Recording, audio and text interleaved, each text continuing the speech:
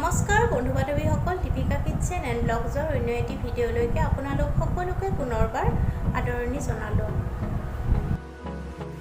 আজি আপোনালোকৰ বাবে পকা কঁঠালৰ এটি ধুনীয়া পিঠাৰ ৰেচিপি লৈ আহিলোঁ।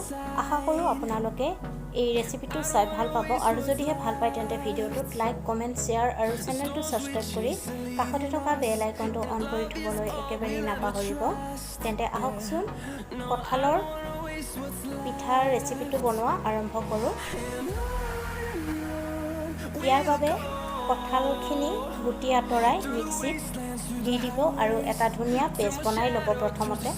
তাৰপিছত পেষ্টখিনি এটা বাটিত উলিয়াই ল'ব। এতিয়া তাত 4 চামুচ ময়দা, 4 চামুচ চুজি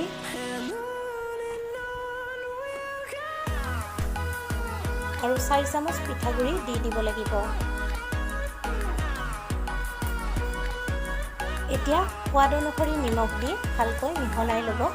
পানী দিব নালাগে, পানী নিদিয়াকৈয়ে ভালকৈ সকলোখিনি মিহলাই ল'ব লাগিব।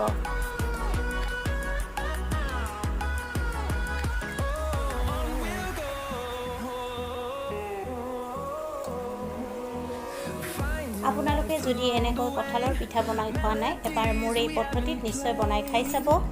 আৰু আধা চামুচ বেকিং পাউডাৰ দি ভালকৈ মিহলাই ল'ব।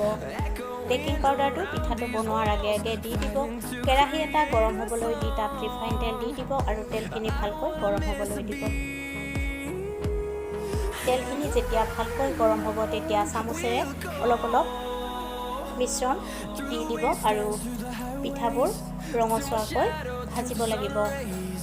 একেলগে 2-3টা পিঠা বনাব পাৰিব।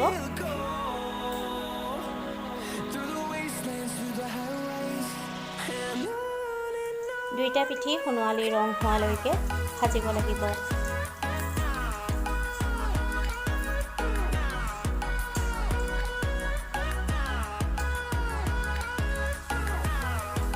আপোনালোকে যদি মোৰ এই পিঠাৰ ৰেচিপিটো চাই ভাল পাইছে তেন্তে ভিডিঅ'টোত লাইক, কমেণ্ট, শ্বেয়াৰ আৰু চেনেলটো ছাবস্ক্ৰাইব কৰি কাষতে থকা বেল আইকনটো অন কৰি থ'বলৈ একেবাৰেই নাপাহৰিব।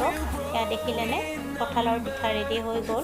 পুনৰ উপস্থিত হ'ম আন এটি নতুন ৰেচিপি ভিডিঅ'ৰ সৈতে।